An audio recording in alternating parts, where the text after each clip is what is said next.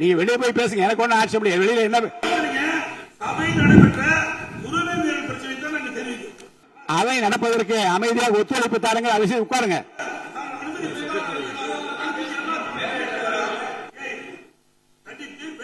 உங்கள் விருப்பம். ஆமா,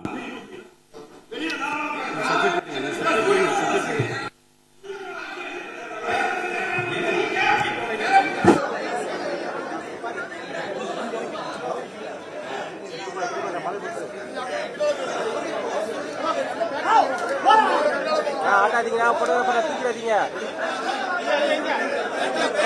காவிரி நதிநீர் பிரச்சனையை, மேகதாது அணை பிரச்சனையை சபையிலே தவறான முறையில் பேரவைத் தலைவரை வன்மையாக கண்டிக்கிறோம்.